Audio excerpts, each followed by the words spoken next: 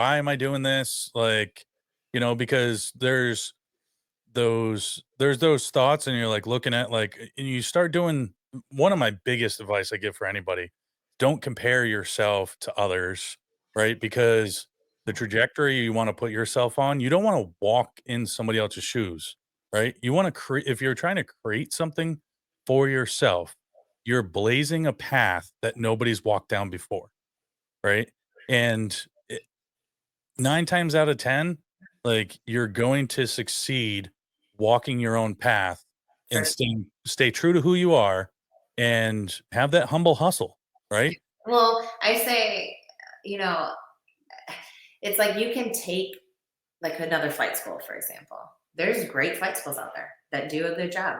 And like you can take the good, but then you're like, you know what? I don't like that. So you're gonna have to pioneer your own new path on that aspect. Like you can use goods, but then take the bads in the industry. Like for me, I'm taking the bads in the industry and trying to make something new out of it instead of following the same path and following what everybody else does is, yep, here's these programs, here's our curriculum, here's this, and yep, good luck, see ya. Okay, cool, I did it. I've trained some pilots. Like I didn't want that.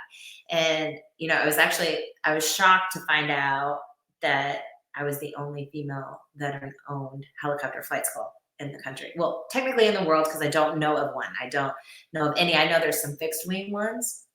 I know there's women owned helicopter flight schools. I think there's like one or two. But there's no veterans. And so I'm like, this is ridiculous.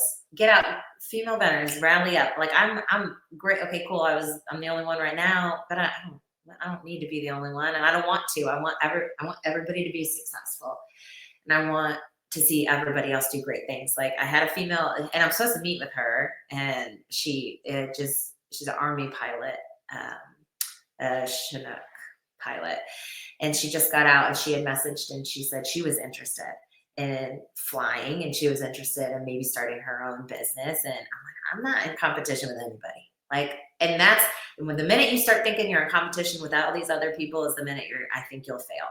And because it breeds like animosity, and like I don't like people that are like always out to get somebody else or like trying to be better than somebody else. I want to be great, and I want to be the best flight school, great. But if somebody else came along and was like, will you help me start a flight school? I probably would. I'm like, you know what? I don't